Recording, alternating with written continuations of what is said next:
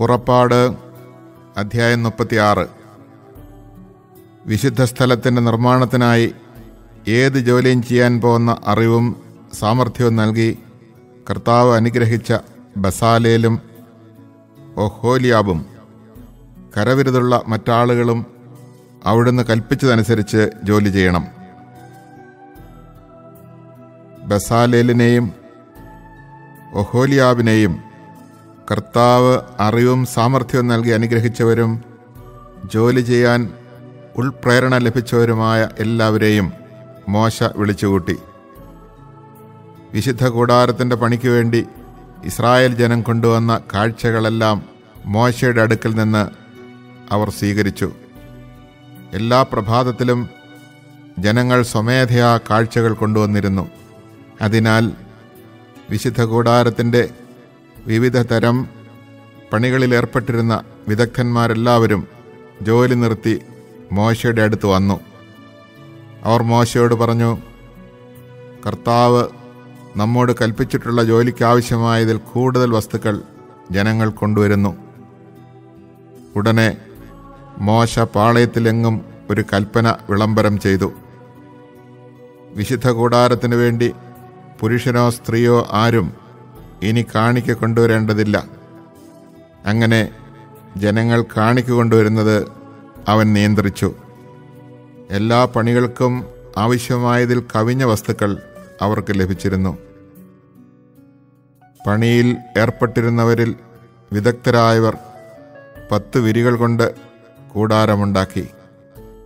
അവ നീലം, ധൂമ്രം, കടും ചുമപ്പ് എന്നീ വർണ്ണങ്ങളിലുള്ള നൂലുകളും നേർമയിൽ നെയ്തെടുത്ത ചണത്തുണിയും കൊണ്ട് നിർമ്മിച്ചവയും കിരൂബുകളുടെ ചിത്രം തുന്നി അലങ്കരിച്ചവയുമായിരുന്നു. ഓരോ വിരിയുടെയും നീളം 28 മുഴവും വീതി 4 മുഴവുമായിരുന്നു. എല്ലാ വിരികളും ഒരേ അളവിലുള്ളതായിരുന്നു. അവർ 5 വിരികൾ ഒന്നിനൊന്ന് യോജിപ്പിച്ചു. അതുപോലെ മറ്റേ 5 വിരികളും. ആദ്യഗണം വിരികളിൽ അവസാനത്തേതിൻ്റെ വക്കിൽ നീല നൂലുകൊണ്ട് അവർ വളയങ്ങൾ നിർമ്മിച്ചു. അപ്രകാരം തന്നെ 2ാം ഗണം വിരികളിൽ അവസാനത്തേതിൻ്റെ വക്കിലും. 1ാമത്തേതിലും 2ാമത്തേതിലും 50 വളയങ്ങൾ വീതമുണ്ടാക്കി. ഒന്നിന് നേരെ ഒന്ന് വരത്തക്ക വിധത്തിലാണ് വളയങ്ങൾ നിർമ്മിച്ചത്. 50 സ്വർണ്ണക്കൊളുത്തുകളുണ്ടാക്കി വിരികൾ പരസ്പരം ബന്ധിച്ചു. അങ്ങനെ കൂടാരം ഒന്നായി തീർന്നു. കൂടാരത്തിൻ്റെ മുകൾ ഭാഗം മൂടുന്നതിന് കോലാട്ടിൻ രോമം കൊണ്ട് അവർ 11 വിരികളുണ്ടാക്കി. ഓരോ വിരിയുടെയും നീളം 30 മുഴവും വീതി 4 മുഴവുമായിരുന്നു. 11 വിരികൾക്കും ഒരേ അളവ് തന്നെ. അവർ 5 വിരികൾ ഒന്നോടൊന്ന് തുന്നിച്ചേർത്തു. അതുപോലെ മറ്റേ 6 വിരികളും.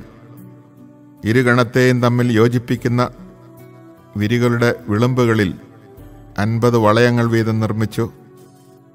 കൂടാരം കൂട്ടി യോജിപ്പിക്കാൻ ഓടുകൊണ്ട് 50 കൊളുത്തുകളുണ്ടാക്കി. കൂടാരത്തിന് ഊറക്കിട്ട മുട്ടാടിൻ തോലുകൊണ്ട് ഒരാഭരണവും അതിനു മീതെ നിലക്കരടി തോലുകൊണ്ട് വേറൊരാഭരണവും നിർമ്മിച്ചു. കൂടാരത്തിന് കരിവേല പലകകൾ കൊണ്ട് നിവർന്നു നിൽക്കുന്ന ചട്ടങ്ങളുമുണ്ടാക്കി. ഓരോ പലകയുടെയും നീളം 10 മുഴമായിരുന്നു, വീതി 1.5 മുഴവും. പലകകളെ തമ്മിൽ ചേർക്കുന്നതിന് ഓരോ പലകയിലും 2 കുടുമകൾ ഉണ്ടായിരുന്നു. എല്ലാ പലകകളും ഇങ്ങനെ തന്നെയാണ് ഉണ്ടാക്കിയത്. അവർ കൂടാരത്തിനുള്ള ചട്ടപ്പലകകൾ ഇപ്രകാരമാണ് ഉണ്ടാക്കിയത്. തെക്ക് വശത്ത് 20 പലകകൾ. 20 പലകകളുടെ അടിയിൽ വെള്ളി കൊണ്ട് 40 പാദകുടങ്ങൾ. ഓരോ പലകയുടെയും അടിയിൽ കുടുമയ്ക്ക് 1 വീതം 2 പാദകുടങ്ങൾ. കൂടാരത്തിൻ്റെ വടക്കുവശത്ത് അവർ 20 പലകകളുണ്ടാക്കി. ഓരോ പലകയ്ക്കുമിടയിൽ 2 വീതം വെള്ളി കൊണ്ടുള്ള 40 പാദകുടങ്ങളും ഉണ്ടാക്കി. കൂടാരത്തിൻ്റെ പിൻഭാഗമായ പടിഞ്ഞാറ് വശത്ത് 6 പലകകളുണ്ടാക്കി. കൂടാരത്തിൻ്റെ പിൻഭാഗത്തെ 2 മൂലകൾക്കായി 2 പലകകളും. അവയുടെ ചുവടുകൾ അകത്തിയും മുകൾ ഭാഗം ഒരു വളയം കൊണ്ട് യോജിപ്പിച്ചും നിർത്തി. ഇരുമൂലകളിലുമുള്ള 2 പലകകൾക്കും ഇപ്രകാരം ചെയ്തു. അങ്ങനെ 8 പലകകളും ഒരു പലകയുടെ അടിയിൽ 2 വീതം വെള്ളി കൊണ്ടുള്ള 16 പാദകുടങ്ങളും ഉണ്ടായിരുന്നു. കരുവേലത്തടി കൊണ്ട് അവർ അഴികൾ നിർമ്മിച്ചു.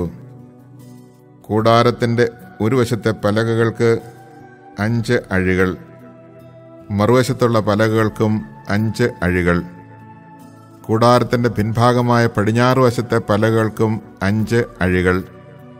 നടുവിലുള്ള അഴിപ്പലകയുടെ പകുതി ഉയരത്തിൽ വെച്ച് ഒരറ്റം മുതൽ മറ്റേ അറ്റം വരെ കടത്തിവിട്ടു. അവർ പലകകളും അഴികളും സ്വർണം കൊണ്ട് പൊതിയുകയും അഴികൾ കടത്താനുള്ള വളയങ്ങൾ സ്വർണം കൊണ്ട് നിർമ്മിക്കുകയും ചെയ്തു. നീലം, ധൂമ്രം, കടും ചെമപ്പ് എന്നീ വർണ്ണങ്ങളിലുള്ള നൂലുകളും നേർമയിൽ നെയ്തെടുത്ത് ചണത്തുണി ഉപയോഗിച്ച് തിരശ്ശീലയുണ്ടാക്കി. കെരൂബുകളുടെ ചിത്രം വിദഗ്ധമായി തുന്നിച്ചേർത്ത് അത് അലങ്കരിച്ചു. അവർ കരിവേലത്തടി കൊണ്ട് 4 തൂണുകളുണ്ടാക്കി സ്വർണം കൊണ്ട് പൊതിഞ്ഞു. അവയ്ക്ക് സ്വർണം കൊണ്ട് കൊളുത്തുകളും വെള്ളി കൊണ്ട് 4 പാദകുടങ്ങളും പണിതു. നീലം, ധൂമ്രം, കടും ചെമപ്പ് എന്നീ വർണ്ണങ്ങളിലുള്ള നൂലുകളും നേർമയിൽ നെയ്ത ചിത്രത്തുന്നൽ കൊണ്ട് അലങ്കരിച്ച ചണത്തുണി ഉപയോഗിച്ച് കൂടാരവാതിലിന് അവർ യവനികയുണ്ടാക്കി. അതിനായി 5 തൂണുകളും അവയിൽ കൊളുത്തുകളുമുണ്ടാക്കി. തൂണുകളുടെ ശീർഷങ്ങൾ സ്വർണം കൊണ്ട് പൊതിഞ്ഞു. പട്ടകൾ സ്വർണം കൊണ്ടും അവയുടെ 5 പാദകുടങ്ങൾ ഓടുകൊണ്ടും നിർമ്മിച്ചു. Chapter 36. Bezalel therefore will set to work with Aholiab and with all the experts whom the Lord has endowed with skill and understanding in knowing how to execute all the work for the service of the sanctuary, just as the Lord has commanded. Moses then called Bezalel and Aholiab and all the other experts whom the Lord had endowed with skill, men whose hearts moved them to come and take part in the work. They received from Moses all the contributions which the Israelites had brought for establishing the service of the sanctuary. Still, morning after morning, the people continued to bring their voluntary offerings to Moses. Thereupon the experts who were executing the various kinds of work for the sanctuary all left the work they were doing and told Moses, "The people are bringing much more than is needed to carry out the work which the Lord has commanded us to do." Moses therefore ordered a proclamation to be made throughout the camp, "Let neither man nor woman make any more contributions for the sanctuary." So the people stopped bringing their offerings. There was already enough at hand, in fact, more than enough to complete the work to be done. The various experts who were executing the work made the dwelling with its tent sheets woven of fine linen twined, having cherubim embroidered on them with violet, purple, and scarlet yarn. The length of each sheet was 28 cubits, and the width 4 cubits. All the sheets were of the same size. 5 of the sheets were sewed together edge to edge, and the same for the other 5. Loops of violet yarn were made along the edge of the end sheet in the first set, and the same along the edge of the end sheet in the second set. 50 loops were thus put on one inner sheet, and 50 loops on the inner sheet in the other set, with the loops directly opposite each other. Then 50 clasps of gold were made, with which the sheets were joined so that the dwelling formed one whole. Sheets of goat hair were also woven as a tent over the dwelling. 11 such sheets were made. The length of each sheet was 30 cubits, and the width 4 cubits. All 11 sheets were the same size. 5 of these sheets were sewed edge to edge into one set, and the other 6 sheets into another set. 50 loops were made along the edge of the end sheet in one set, and 50 loops along the edge of the corresponding sheet in the other set. 50 bronze clasps were made, with which the tent was joined so that it formed one whole. A covering for the tent was made of ram skins dyed red, and above that a covering of tehash skins.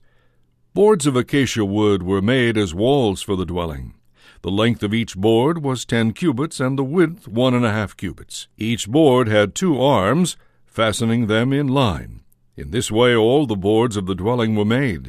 They were set up as follows: 20 boards on the south side, with 40 silver pedestals under the 20 boards, so that there were 2 pedestals under each board at its 2 arms.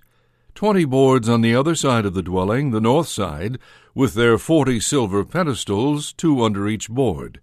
6 boards at the rear of the dwelling to the west, and 2 boards at the corners in the rear of the dwelling. These were double at the bottom, and likewise double at the top, to the first ring.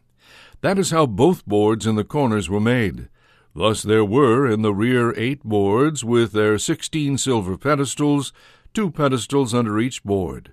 Bars of acacia wood were also made, 5 for the boards on one side of the dwelling, 5 for those on the other side, and 5 for those at the rear to the west.